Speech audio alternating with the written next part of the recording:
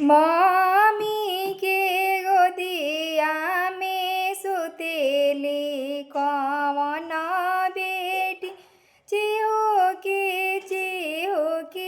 उठी जास।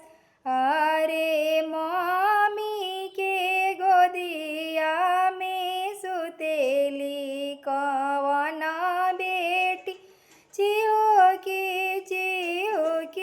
उठी जास।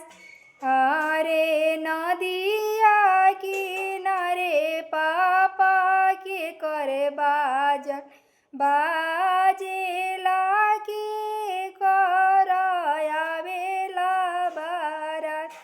अरे नदिया किनारे चाचा के करे बाजन बाजेला के कर आवेला बारात।